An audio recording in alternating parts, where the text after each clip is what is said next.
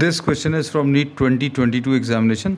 Statement of the problem says a big circular coil of 1000 turns, n की value 1000 है, and average radius is 10 meters, is rotating about its horizontal diameter at 2 radians. तो omega की value 2 radians per second दिया हुआ है, and if the vertical component of Earth's magnetic field at that place, B की value 2 into 10 to the power of minus 6 Tesla है, and the electrical resistance of the coil is 12.56 ohms है, then the maximum induced current in the coil. अब current in the coil अगर आपको बताना है तो maximum induced EMF divided by R, and maximum induced EMF is BNA omega divided by R. इसमें B दिया है, N दिया है, ओमेगा दिया है.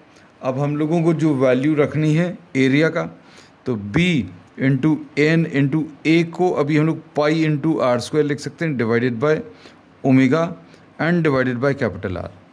अब इसमें ये जो आर है ये रेजिस्टेंस है, ये याद रखना, this is the resistance, this is the resistance, and ये जो ऊपर दिया हुआ है दैट इज़ रेडियस.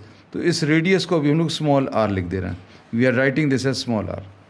तो अब इसमें वैल्यूज़ अगर आप सब्सटीट्यूट करें तो B की value 2 into 10 to the power of minus 6, N की वैल्यू 1000 इंटू पाई की value 3.14 into radius is 10 square into omega की वैल्यू 2 है divided by the resistance, and resistance is 12.56. तो ये 12.56 if you see this is a multiple of 3.14, ये 4 times cancel होगा.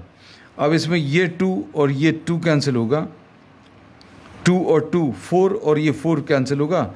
ये कितना आ जाएगा 10 to the power of minus 6, 10 to the power of minus 6 plus 3 and plus 2, minus 6 plus 3 and plus 2. तो ये कितना 10 टू द पावर ऑफ -1